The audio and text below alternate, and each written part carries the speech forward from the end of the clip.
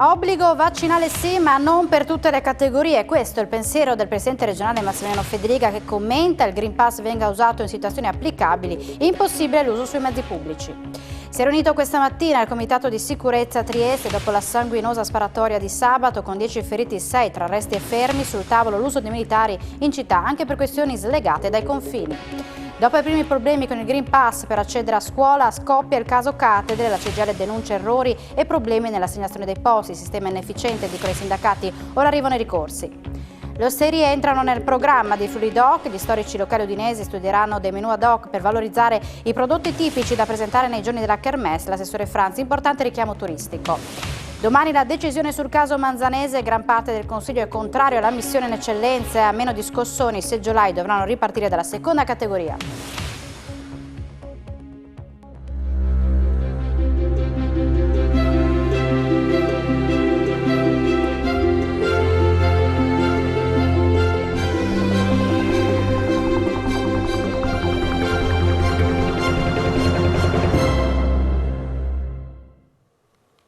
Buonasera, ben ritrovati a un nuovo appuntamento con l'informazione di Telefriuli. Sì al vaccino anti-Covid obbligatorio, ma solo per alcune categorie, quelle più a contatto con il pubblico. Il presidente della regione Massimiliano Federica è a favore poi del Green Pass per tenere aperte il maggior numero di attività e non dove il certificato verde non si possa controllare.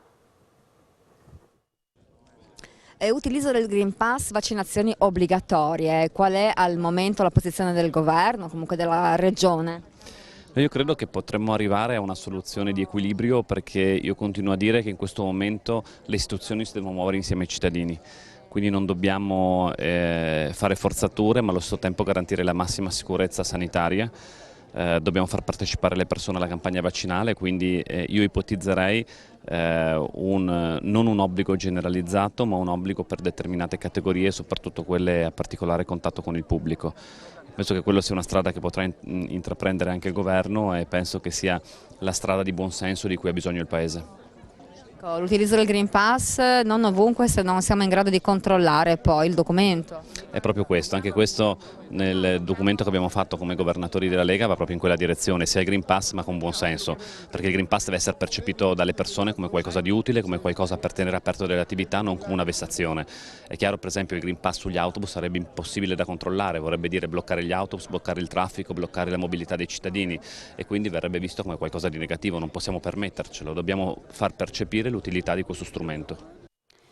I tamponi a prezzo ridotto per i lavoratori che abbiano espresso la volontà di vaccinarsi rappresenta l'impegno di Confindustria a favore della campagna vaccinale. Parole della Presidente dell'ente Confindustriale di Udine, Anna Mareschi Danieli, che si schiera a favore dell'obbligatorietà del vaccino.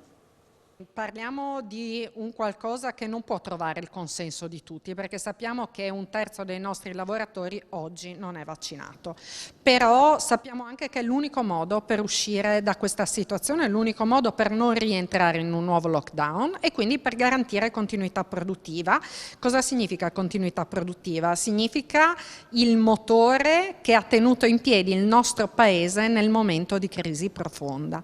Sta andando bene perché semplicemente perché non abbiamo in questo momento scioperi, non abbiamo situazioni di discussione intensa fra sindacati, comunque parti sociali e imprese, sindacati con i quali fra l'altro abbiamo avuto un'interlocuzione estremamente costruttiva che parte già dai protocolli per l'applicazione delle misure anti-Covid e è arrivata fino a trovare una soluzione che sprona chi si è già prenotato ma non è ancora vaccinato, perché ricordo che questa scontistica si applica solo a chi ha dimostrato, ha manifestato la voglia di vaccinarsi. Il governo va verso l'obbligo vaccinale, soprattutto per i lavoratori. Non solo l'appoggiamo, la stiamo portando avanti da tempo perché non c'è altra soluzione, oltre ad essere una scelta morale ed etica di educazione civica, è anche l'unica alternativa che abbiamo in questo momento in mano e non lo dice Confindustria.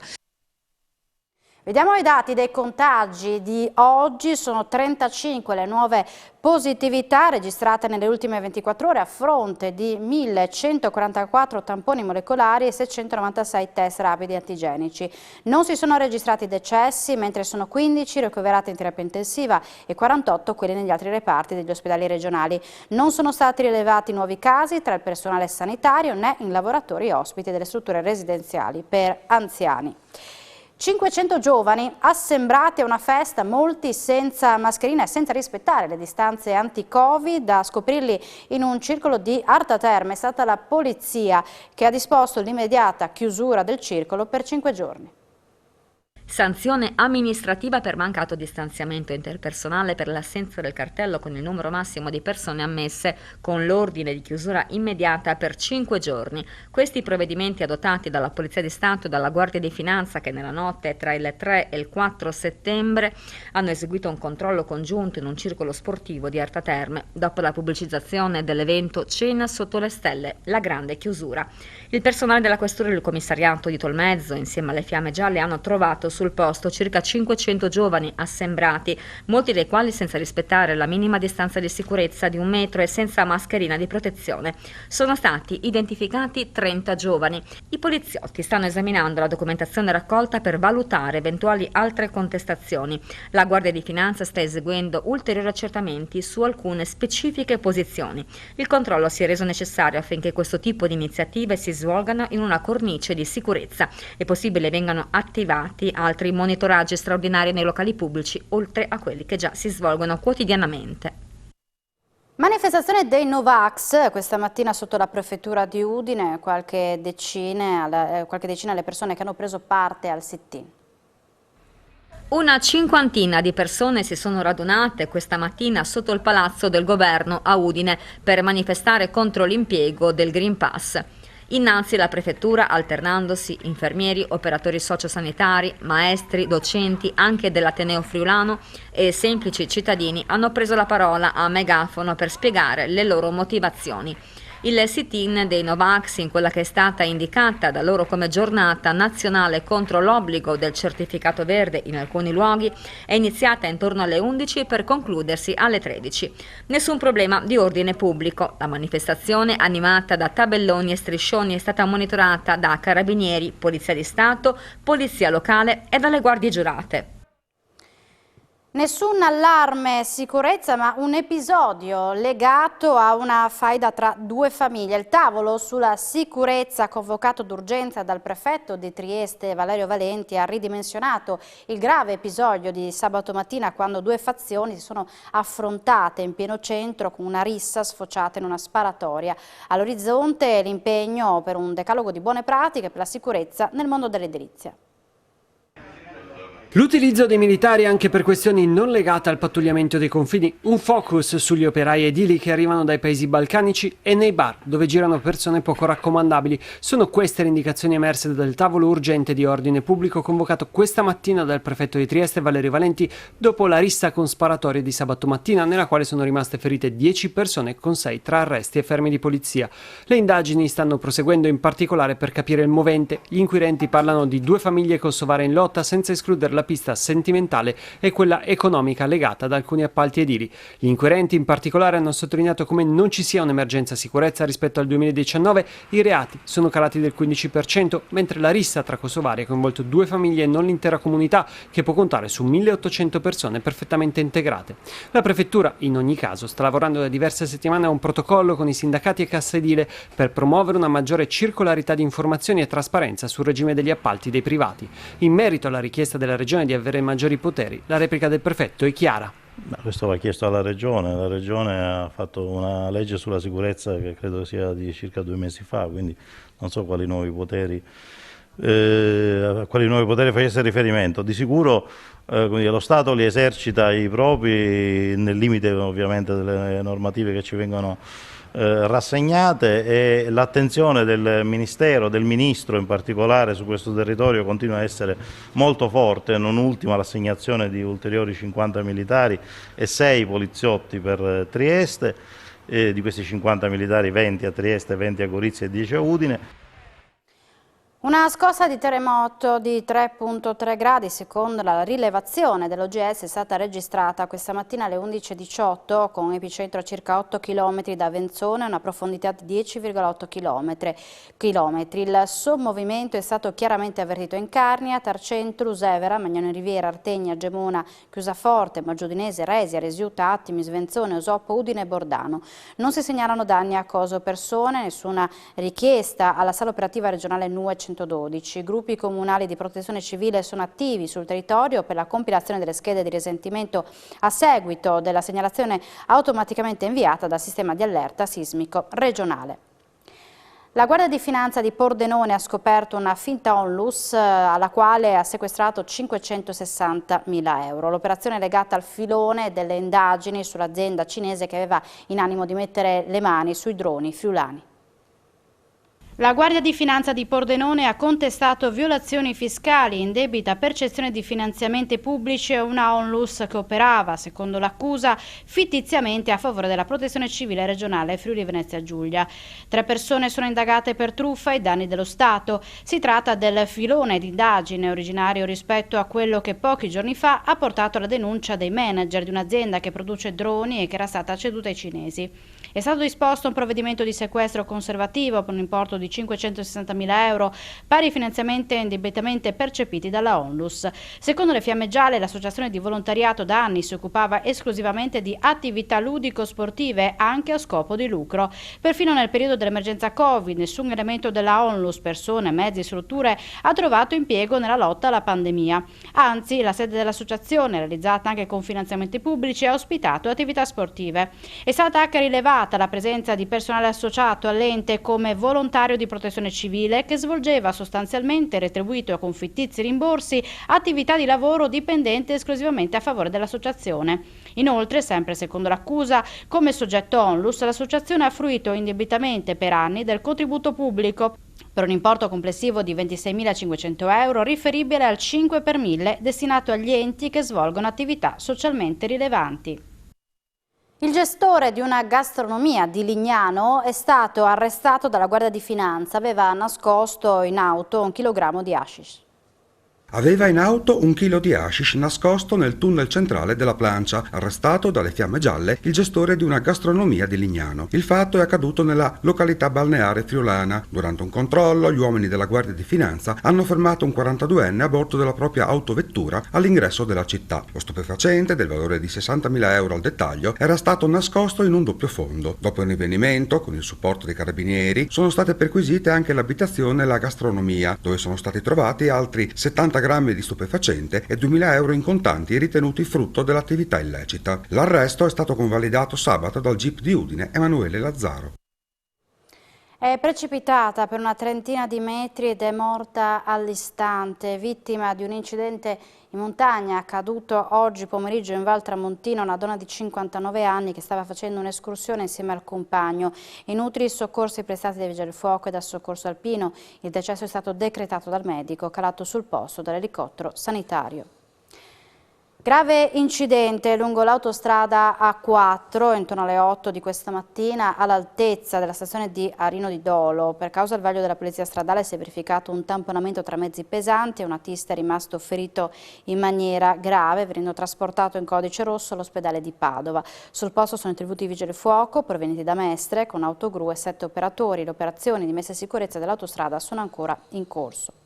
25 migranti sono stati rintracciati dai carabinieri questa mattina nel territorio di Ronchi, sono tutti cittadini del Bangladesh, 5 dei quali minorenni. Sono stati portati a Udine, accolti all'ex caserma Cavarzerani e in strutture per under 18. Un turista francese di 61 anni è stato ricoverato in ospedale dopo essere stato punto da un nugolo di calabroni in una casa vacanza di Povoletto. È successo nella serata di ieri, l'uomo non è in pericolo di vita. Un bambino di 10 anni che stava pedalando in sella la sua bicicletta lungo un tratto in discesa è finito contro un'automobile e ha riportato un trauma cranico. È successo a San Leonardo. Il minorenne è stato trasportato in condizioni serie all'ospedale Santa Maria della Misericordia di Udine, ma non è in pericolo di vita.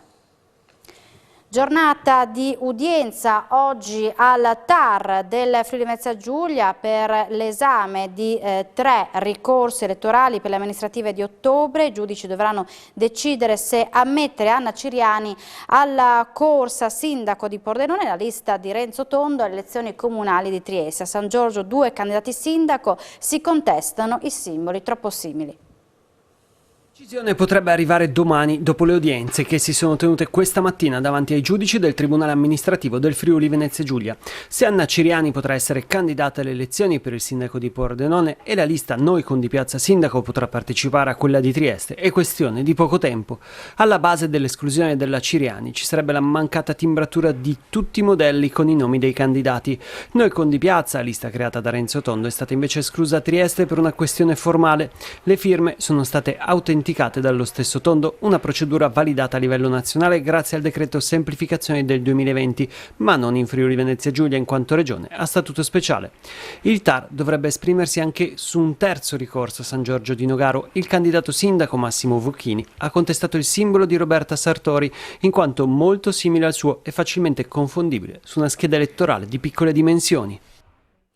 Il centrodestra è compatto nel chiedere un allargamento del Green Pass anche ai lavoratori. L'ex ministro e capogruppo al Senato di Forza Italia Anna Maria Bernini rilancia sull'importanza della certificazione, anticipando anche quali potrebbero essere le categorie coinvolte.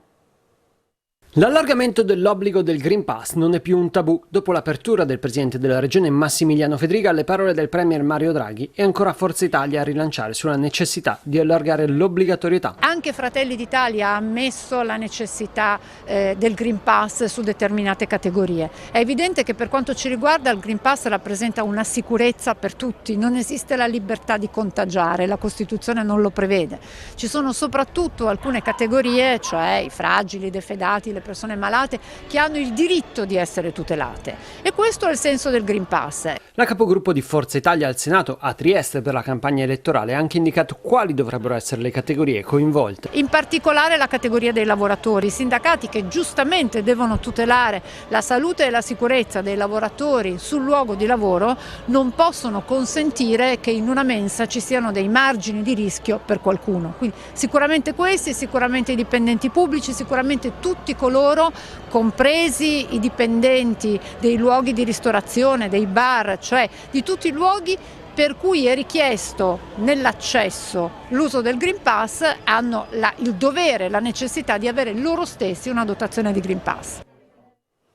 A una settimana dall'avvio della scuola in Friuli scoppia il caso cattedre. La CGIL di Udine ha inviato questa mattina all'ufficio scolastico regionale una lettera per chiedere la sospensione dell'assegnazione dei docenti. La spiegazione: nell'ultima settimana al sindacato sono pervenute circa 30 reclami per presunte irregolarità. Sentiamo Massimo Gargiulo, segretario provinciale FIL CGIL. Massimo Gargiulo, CGIL, avete chiesto la sospensione e quindi il rifacimento dell'assegnazione delle cattedre. Cosa sta succedendo? Le assegnazioni alle sedi del personale docente precario è stata gestita e regolata attraverso una piattaforma digitalizzata. Purtroppo si sono palesate sin dall'inizio inefficienze di sistema, cui si sono anche sommate alcuni errori, non lo nascondiamo, dei partecipanti, trattandosi di una novità, e ricordiamolo, gli aspiranti hanno avuto meno di una settimana a disposizione a cavallo di Ferragosto, quindi con tutte le difficoltà del caso, per poter dichiarare le loro preferenze. Ma al netto di questo, una volta pubblicati gli esiti, ovvero sin da venerdì scorso, quindi 2 o 3 giorni fa, siamo stati investiti da una notevole mole di segnalazioni da parte degli aspiranti che ci hanno segnalato delle palesi inefficienze. Confermiamo che ci sono disapplicazioni che evidentemente vanno corrette nell'interesse di tutti. Noi come struttura sindacale ovviamente abbiamo a cuore il corretto e regolare avvio dell'anno scolastico nell'interesse di tutti, quindi abbiamo chiesto all'ufficio di fare un'accurata valutazione delle segnalazioni e di non dare per scontato che i reclami non siano fondati. Certo, ci rendiamo conto, ma lo diciamo da anni, che la struttura dell'ufficio scolastico provinciale di Udine è andata negli anni a deperirsi. È stata inaugurata oggi l'area M12 dell'Uniud Lab Village dedicata all'intelligenza artificiale. I 3 laboratori all'interno sono a disposizione dei giovani talenti e delle imprese del territorio che possono testare le tecnologie abilitanti 4.0 e confrontarsi con esperti del settore.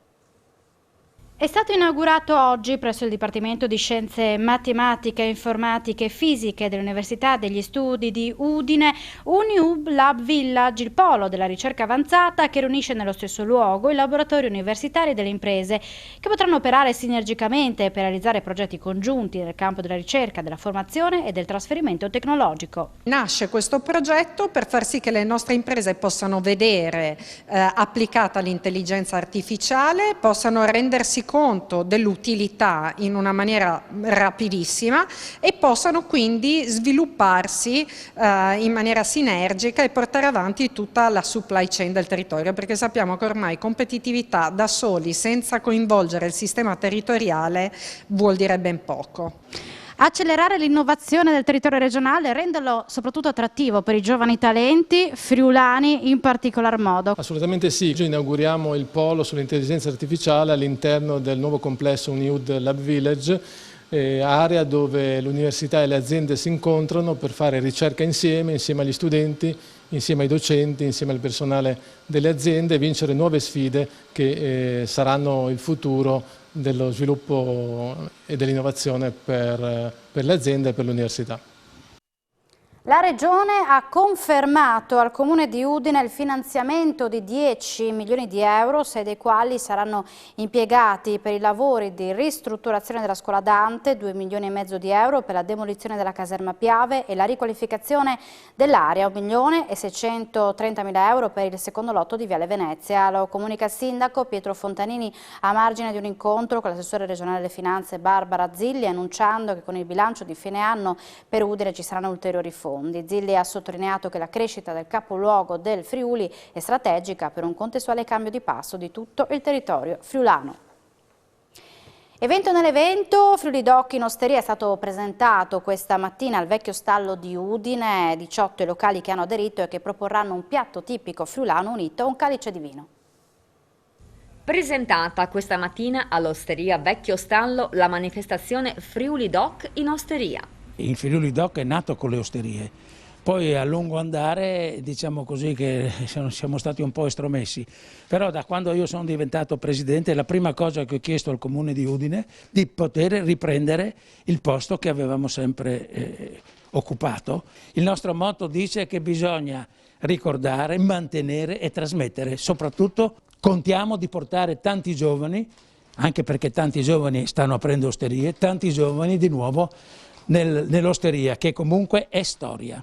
Le adesioni sono sempre molto importanti, le osterie ricevono da questa iniziativa anche un notevole contributo dal punto di vista della partecipazione dei clienti, perché la brochure, che viene tradotta sia in friulano che in austriaco, dà la possibilità a chi viene a Udine di crearsi un piccolo itinerario enogastronomico in modo da andare come un'ape di fiore in fiore, di osteria in osteria, scegliere un piatto e un calice di vino piuttosto che un altro. Con una grande campagna promozionale fuori dai confini regionali ci auguriamo riporti in un turismo che d'altronde già cominciamo a vedere, abbiamo visto anche quest'estate qua nel mese di agosto, perché tantissimi in bicicletta dall'Austria e dalle regioni contermini sono venuti in Friuli, quindi diciamo che Friuli Doc parte sotto i migliori auspici.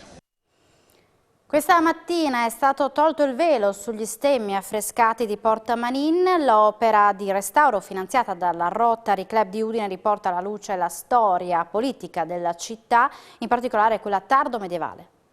Importante perché siamo di fronte a una porta del 1300 e il restauro, grazie al contributo fondamentale del Rotary, qualcosa messo anche il Comune, ci permette di ammirare gli stemmi che rappresentano la storia di questa città. Sacro Romano Impero, l'imperatore, il patriarcato di Aquileia, il patriarca Boemo col simbolo del leone boemo e poi il simbolo della città di Udine. Quindi questa è la nostra storia, abbiamo fatto un recupero importante perché si conoscano queste cose. Gli stemmi sono degli affreschi del 1350, è stata un'opera impegnativa perché bisognava dare una certa intellezione a questi messaggi storici importanti. Oltre alla pulitura, al consolidamento, il ritocco pittorico ha ricostituito uno strato d'usura che ha permesso il recupero funzionale e direi anche artistico di queste opere. Questa è una sorta di carta d'identità politica della città di Udine in età tardo medievale, quindi il momento come dire, scabroso poi che rappresenterà la fine dello Stato patriarcale friulano, un momento molto turbolento, e questo insomma qui c'è veramente tutto, perché abbiamo il leone di Boemia, abbiamo certamente il simbolo del Sacro Romano Impero Germanico, l'aquila della chiesa di Aquileia. 23 panchine rosse, una per ogni sede dell'Università di Udine, per dire basta alla violenza sulle donne. L'iniziativa è stata proposta dal Comitato Unico di Garanzia per le Pari Opportunità dell'Ateneo. L'Università di Udine lancia una campagna culturale di sensibilizzazione contro la violenza di genere attraverso l'installazione in tutte le proprie sedi di Udine, Gorizia, Pordenone e Gemona di 23 panchine con la scritta contro la violenza di genere Helpline 1522 Uniud inclusiva. Le panchine rosse, simbolo diffuso in molte città italiane da estere, rappresentano visivamente il vuoto lasciato dalle donne uccise per mano di uomini, spesso mariti, compagni, fidanzati. L'iniziativa, proposta dal Comitato Unico di Garanzia per le Pari Opportunità, presieduto da Valeria Fillì, è uno degli esempi di come Ateneo e comunità accademica siano radicati sul territorio, anche attraverso la sensibilizzazione della cittadinanza e in particolare le più giovani generazioni verso la diffusione di una cultura delle pari opportunità e contro ogni tipo di discriminazione e violenza. Queste panchine sono dei simboli, né più né meno, che vengono collocati nelle nostre sedi, in tutte le nostre sedi regionali, e 23 sono queste, e che vogliono essere così un simbolo da mostrare nei nostri luoghi, che poi fra l'altro sono aperti anche al pubblico, e ricordare con le loro scritte, i loro numeri di telefono, ecco, che ancora ci si può sedere magari e pensare un attimo a come si può fare per debellare questo terribile problema. Ecco, noi ci siamo e vogliamo esserci anche con degli aspetti così simbolici e tangibili. 84% di riempimento delle sale con un incremento del 12% rispetto allo scorso anno sono i numeri della 30ª edizione di Mittelfest che guarda al 2022 con programmi e date.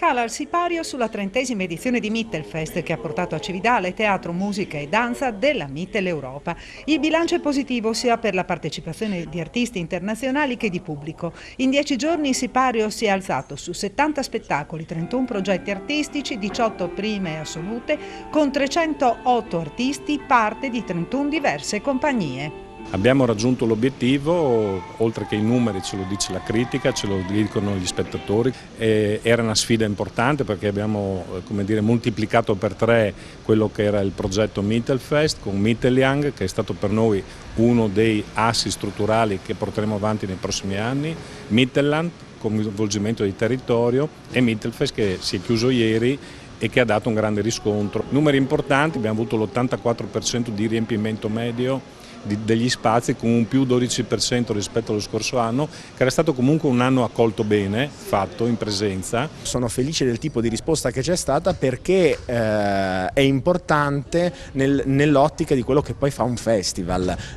permetterti di vivere uno spazio, di vivere un luogo con degli occhi nuovi, inconsueti, e quindi aprirti delle prospettive altre, e farlo, come dire, portando grandi artisti da fuori che hanno la possibilità di conoscere Cividale, è anche un modo di far entrare la città stessa e la regione in un circuito di relazioni europee rilevante.